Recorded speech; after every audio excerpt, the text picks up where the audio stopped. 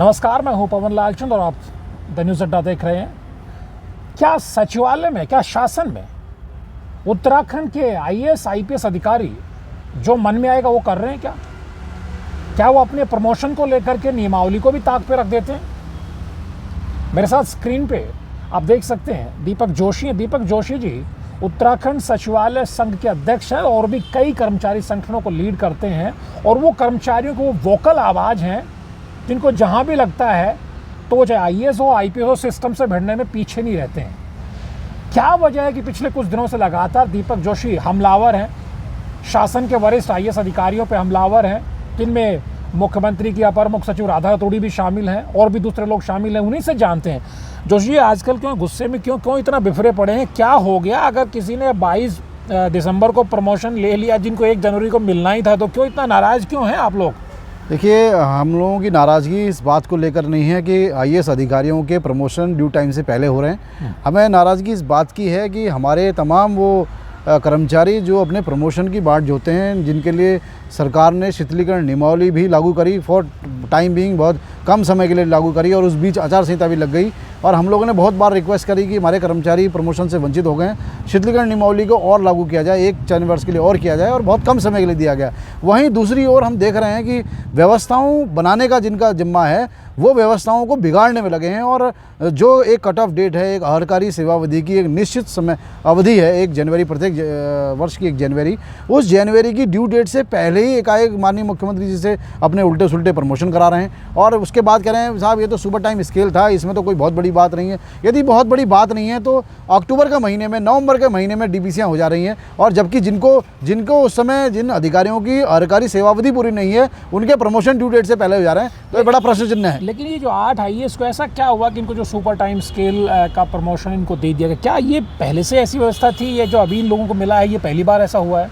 देखिए, सचिवालय की परिपाटी में कुछ आईएएस अधिकारियों ने, अखिल भारतीय सेवा के लोगों ने जिस तरह का एक ट्रेंड बना लिया है, और कर्मचारी अपने प्रमोशन के लिए 4-4, 5-5 साल प्रमोशन के पद रिक्त होने के बाद भी बाट जो रहा है। वहीं दूसरी ओर ड्यू टाइम से पहले ये कहते हुए कि सचिवालय में फाइलें घूम जाती हैं, टाइम से नहीं हो पाती हैं, इसलिए हम ड्यू टाइम से पहले पत्रावलियों को तैयार कर लें, पका लें, और उसके बाद 31 दिसंबर को, यानी कि जनवरी से 1 दिन पहले इस जारी कर दें। और तमाम अखिल भारतीय सेवा के अधिकारी रहते हैं, सीनियर अधिकारी रहते हैं, उन पर कोई मैसेज ख़राब ना जाए, ये एक ट्रेंड अपनाया गया है। और इस ट्रेंड के रहते रहते कभी जनवरी, कभी नवंबर के महीने में, कभी अक्टूबर के महीने में, कभी दिसंबर के महीने में ड्यू डेट से पहले प्रमोशन करने की कवायद अखिल भारतीय सेवा के लोगों द्वारा, अधिकारियों द्वारा अपनाई गई है, जो कि बिल्कुल गलत है और इल्लीगल है। इन कुछ अधिकारियों ने कहा कि साहब इसमें कोई बहुत बड़ी बात नहीं है, बहुत बड़ी ऐसी कोई ऐसा बहुत गलत हो गया ऐसी बात नहीं है, नाहक सचिवालय संघ और दीपक जोशी इसमें हल्ला काट रहे हैं। देखिए, बड़ी बात तो कुछ नहीं है। बड़ी बात तो ये करी है कि माननीय मुख्यमंत्री जी के जो विश्वास है उसको कहीं ना कहीं आपने डामाडोल किया है। कहीं ना कहीं माननीय मुख्यमंत्री जी ने आप लोगों को विश्वास के तहत ये कहा होगा कि साहब सही चीज़ें करो, सही व्यवस्थाएं अपनाओ। आपने उस व्यवस्थाओं को पटरी से उतार दिया। उनमें से एक सचिव मुख्यमंत्री भी हैं जो बहुत नियम कानून जानते हैं, नियम कानून के से बधे हुए हैं। उनके द्वारा भी माननीय मुख्यमंत्री जी से शायद इस तरह की फाइलों में लिखाया गया। वो तो खुद प्रमोट हो गए ना, SN पांडे की आप बात करो तो खुद प्रमोट हो गए। देखिए, SN पांडे जी प्रमोट हो जाएं, प्रमुख सचिव बन जाएं, लेकिन जब कर्मचारियों की मांगें उनके पास जाती हैं, फाइलें उनकी पास जाती हैं, वहाँ वो नियम कानून माननीय मुख्यमंत्री जी को पढ़ाते हैं। तो क्या अपने मामले में सारे नियम उन्होंने ध्वस्त करवा दिए? ये कहलवा दिया गया साहब जिस दिन डीपीसी हुई है, डीपीसी की डेट से ही प्रमोशन की डेट तय कर ली जाए। ये मुझे लगता है कि उत्तराखंड के इतिहास में पहली बार हुआ होगा, और ड्यू डेट से पहले किसी को प्रमोशन देना ये भी सरकार के लिए पहली बार हुआ होगा। इससे पहले कभी भी ऐसा नहीं हुआ कि एक ड्यू डेट से पहले प्रमोशन ऑर्डर निकलते हों। ये पहला और ऐतिहासिक आदेश है जिसमें ड्यू डेट 1 जनवरी की जगह 7 दिसंबर अंकित है। लेकिन आप लोग अभी यहीं पे आप लोग शांत नहीं हो रहे। जोशी जी, आप लोगों ने विरोध किया कि साहब जो आईपीएस को शासन में लाया जा रहा है, उनको विशेष सचिव बनाया जा रहा है, रितिम अग्रवाल की मैं बात कर रहा हूँ, उसका भी आप लोग विरोध कर रहे हैं कि साहब अपर सचिव रैंक का हमारा वरिष्ठ अधिकारी उनके साथ काम नहीं करेगा, उनके मातहत काम नहीं करेगा। ये क्या है भाई? देखिए, मैं बताना चाहता हूँ कि हम लोगों का कोई रितिम अग्रवाल से, अभिनव कुमार जी से कोई सीधा ना तो कोई संबंध है और ना ही कोई हमारा उनसे कोई व्यक्तिगत विरोध है। हमें विरोध इस बात का है कि एक आईपीएस अधिकारी को अपर सचिव बनाया गया गृह विभाग में, और उनके साथ साथ हमारे दूसरे अपर सचिव भी थे सचिवालय सेवा के, जो समान समकक्षी पोस्टों पर कार्यरत थे। एकाएक रितिम अग्रवाल जी को विशेष सचिव गृह बना दिया गया, अपर सचिव गृह के स्थान पर, और कार्य बंटवारे में अपर सचिव, विशेष सचिव गृह के नीचे हमारे उन तमाम अपर सचिवों को रख दिया गया जो इक्विवेलेंट पोस्ट होल्ड करते थे। तो एक अपर सचिव के अधीन दूसरा अपर सचिव कैसे काम कर सकता है, कैसे एक अपर सचिव दूसरे अपर सचिव का सुपरविजन कर सकता है, इस तरह की व्यवस्थाएं जो अपनाई गई हैं। और दुर्भाग्य से ये वही सीनियर अधिकारी हैं, अपर मुख्य सचिव राधा अतुड़ी जी, जिनके देखरेख में होम विभाग चल रहा है और वहाँ भी ये गड़बड़ी हुई है। मैं ये पूछना चाहता हूँ IAS कैडर के उन तमाम सचिव कार्मिक से और बाकी लोगों से कि क्या कोई IAS कैडर का अपर सचिव आप वहाँ तैनात कर सकते हैं रिधिम अग्रवाल मैडम के अधीन, जो अपर सचिव के रूप में गृह विभाग का काम देखे? मेरा सवाल है ये। अगर सवाल का जवाब आप नहीं दे पाएंगे, अगर कर दें आप पोस्ट, तो हम अपने अधिकारियों से कहेंगे कि आप दोनों लोग वहाँ से अपना लिख के दे दीजिए कि हम गृह विभाग से हटा दी जाए। तो लेकिन ये व्यवस्थाएं केवल हमारे सचिवालय सेवा पे थोपी जा रही हैं।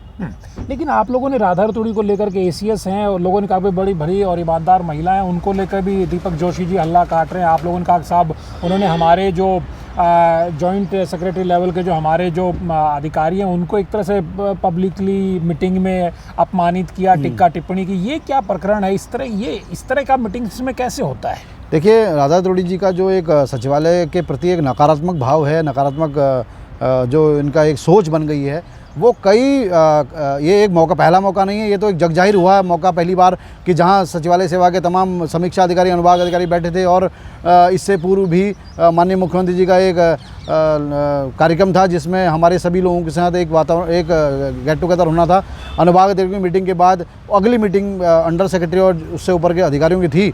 लेकिन माननीय राधा अतुड़ी मैडम का हमेशा हमारी सचिवालय सेवा के प्रति एक नकारात्मक भाव रहा है। और आप अगर एक सर्वे कराएं सचिवालय के अंदर, तो आपको विभिन्न अधिकारी कर्मचारी इस बात के पुख्ता प्रमाण देंगे कि यदा कदा समय समय पर माननीय राधा अतुड़ी जी ने सचिवालय सेवा के प्रति हमेशा इस तरह का मैसेज दिया कि सचिवालय के लोग काम चोर हैं, काम नहीं करते हैं, फाइलों को घुमाने का जो श्रेय है वो सचिवालय सेवा के प्रति है। क्या मैं माननीय अपर मुख्य सचिव महोदय से पूछना चाहूँगा कि क्या उनके द्वारा कभी इस बात की तहकीकात की गई कि क्या अखिल भारतीय सेवा के सारे अधिकारी टाइमली अपना काम करते हैं, टाइमली ऑफिस आते हैं? क्या उनके पास जो फाइलें भेजी जाती हैं ई-ऑफिस के माध्यम से, मैनुअल माध्यम से, क्या वो सभी लोग इसी तरह से काम करते हैं कि वो डे टू डे अपनी फाइलें निपटा दें? तो वो भी काम नहीं करेंगे तो क्या आप लोग भी वो फाइलें तो का निपटारा तेजी से करना? देखिए, हमारे पे ये गलत आरोप है। हमारे में ये जुडिक्शन एक सिस्टम बना हुआ है और उस सिस्टम के तहत हर आदमी काम करता है। कर्मचारी आचरण नियमावली से बना हुआ है। ये कह देना कि सचिवालय के लोग ही काम नहीं करते, हम ही लोग काम करते हैं, तो 10 दिन के लिए सचिवालय के कर्मचारी अगर काम बंद कर दें और 10 दिन कहेंगे आप लोग चला लो, तो चला के दिखा लें 10 दिन, फिर 10 दिन के बाद परिणाम देखेंगे कि कितने लोग काम कर रहे हैं, कितने अधिकारी, उच्चाधिकारी अपने स्वतः प्रेरित होकर काम करते हैं, राज्य का विकास करते हैं। अगर ACS राधा अतुड़ी चाहते हैं कि आप लोग भी अपने काम में स्पीड अप करें, प्रदेश का विकास करें, पहाड़ प्रदेश है, इसको आगे ले जाना है, मुख्यमंत्री जी की सोच है, तो उसमें फिर आप लोग सहभागी बनने के बाद अड़चन वाले बयानात क्यों कर रहे हैं? देखिए, हम लोग कोई अड़चन वाला काम नहीं कर रहे हैं, लेकिन हाँ, अगर पब्लिकली हमें इस तरह से टारगेट किया जाएगा और पब्लिकली हमें ये कहा जाएगा कि तुम लोगों को काम धाम नहीं आता। एक सचिवालय सेवा एक अपेक्स बॉडी की सेवा है पूरे स्टेट की, और वहाँ जो क्रीम बैठती है, वहाँ जो काम करने वाले लोग बैठते हैं, उन्हें अपने अनुभव से कोई जॉइंट सेक्रेटरी बनता है, कोई अपर सचिव बनता है लंबी सेवा के बाद, और उस लंबी सेवा में अगर आप ये विघ्न बाधा डालें कि साहब आप लोगों को कोई काम नहीं आता, तो काम अगर आता है तो फिर आप उनसे काम लेना बंद कर दीजिए, आप खुद काम कर लीजिए। आपने कितने जियो ऐसे निकाल दिए, कितना विकास आपने राज्य का ऐसा कर दिया, कितनी आपने रेवेन्यू टारगेट अचीव कर लिए, ज़रा आप भी बता दें। कितने विभागों में आपने, हर रोज़ सचिवालय प्रशासन विभाग पिछले 7 साल से चल रहा है, और हर रोज़ ट्रांसफ़र होते हैं, हर रोज़ ट्रांसफ़र कैंसिल होते हैं। तो क्या एक मैसेज है ये कि आपके अधीन आपके पास कोई निर्णय की जो है एक क्षमता होनी चाहिए? व्यवस्था, मतलब IAS भी व्यवस्था नहीं बना पा रहे, आप लोगों में कमियां खोज रहे हैं। बिल्कुल अपनी व्यवस्थाएं बनाने के बजाय, एक सुदृढ़ व्यवस्था बनाने के बजाय, और आप जो है अपनी गलतियों का ठिकरा जो है सचिवालय सेवा पे डालेंगे। सचिवालय सेवा के लोग कामचोर हैं। अगर कामचोरी हैं तो कैसे इतनी फाइलें रात दिन बन रही हैं, कैसे इतने डिसीजन हो रहे हैं, कैसे इतनी नियम नीति बाहर निकल रही है, ये भी सोचना। आखिरी मेरा सवाल है जोशी आपसे, लेकिन जब कोई रिधिम अग्रवाल को लाया जाता है, जब ACS राधा अतुड़ी कुछ करती हैं, उनको लेकर के आती हैं, या फिर SN पांडे या दूसरे कोई अधिकारी मुख्यमंत्री के यहाँ से कोई काम कराते हैं या चीफ सेक्रेटरी के लेवल से काम कराते हैं, तो फिर सवाल के घेरे में तो मुख्यमंत्री चीफ सेक्रेटरी भी आते हैं ना, भाई उन्हीं से तो ये सब लोग इनके प्रमोशन से समय से पहले हो रहे हों, चाहे इनको जो सुपर टाइम पे स्केल प्रमोशन दिया गया हो या दूसरी चीज़ों हो, तो सवाल तो फिर चीफ सेक्रेटरी पे भी उठ रहे हैं कि भाई आप लोग मॉनिटरिंग अच्छे से नहीं कर पा रहे, या फिर आपको लग रहा है मुख्यमंत्री को डिसीव करके, मतलब उनको साथ एक तरह से धोखे में रख के, अंधेरे में रख के अधिकारी चालाकी से अपना काम करा ले जा रहे, जो पर्सनल अपने हित का है। जब आप कर्मचारियों के हित की बात आती है, अधिकारियों के हित की बात आती है सचिवालय के, तब वो नियमावली लेकर के आ जाते हैं। बिल्कुल सही बात है, और इसकी जिम्मेदारी सभी की है। यदि फेलियर अगर कहीं पर है, अगर अधिकारी अपनी मनमर्जी से उल्टे सुल्टे काम करा रहे हैं, निर्णय करा रहे हैं, तो कहीं ना कहीं जिम्मेदारी सबकी है। यहाँ दो प्रश्न हैं। एक प्रश्न ये है कि अपने लिए सब कुछ और कर्मचारियों के लिए सारे बहाने, कर्मचारियों के लिए सारे रिस्ट्रिक्शन। और मेरा ही मानना है कि जब अपने लिए आप इतना सोच सकते हैं, तो कर्मचारियों के लिए जिनके प्रमोशन 4-4, 5-5 साल तक नहीं हो रहे हैं, जिनके एसीपी के मामले लटके पड़े हैं, जिनके ऐसे मामले रूटीन के मामले, वो मामले तक आप लोगों ने पेंडिंग कर रखे हैं, और अपने लिए आप ड्यू टाइम से पहले कर दें। थोड़ा सा सोच में बदलाव हमें लाना होगा। अपने लिए आप घरों पे आपको जो है सरकारी खर्चे पे 2-2 कैंप सहायक चाहिए। आपने अगर स्टेट का भला देखना है, तो स्टेट का भला तो इसमें भी नहीं है कि आप घर पे सरकारी खर्चे पे नौकर रखें, आप अपने खर्चे पे रखें। इस छोटे राज्य में आप एक गाड़ियों में चलें, आप क्यों 8-8, 10-10 गाड़ियों में चल रहे हैं? ये बातें सोचनी होंगी अगर स्टेट का भला आपको वाकई में अगर स्टेट का भला करना है। क्या माननीय राधा तोड़ी मैडम ने इस बात को सोचा कि हम लोग, हमारे आईएएस अधिकारी 8-8, 10-10 गाड़ियां लेके चल रहे हैं, उनकी गाड़ियों में कटौती की जाए, उनके घरों पे जो 2-2 लोग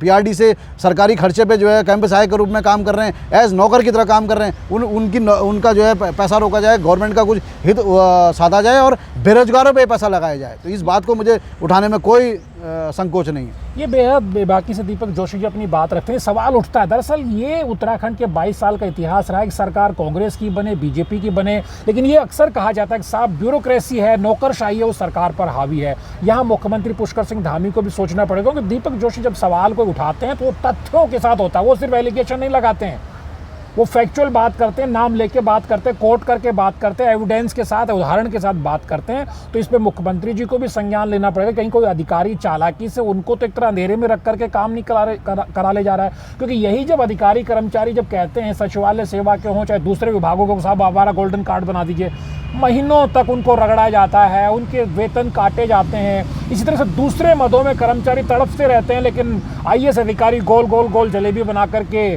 फाइलों में चीज़ों को घुमाते रहते हैं। लेकिन जब अपने प्रमोशन का समय आता है तो कहते हैं साहब क्या 22 दिसंबर में क्या है और 1 जनवरी में क्या होता है। तो ये कुछ गंभीर सवाल दीपक जोशी उठा रहे हैं, जिनको लेकर के मुख्यमंत्री और मुख्य सचिव को भी सोचना पड़ेगा कि किस तरह से शासन के स्तर पर काम किया जा रहा है। नमस्कार। धन्यवाद।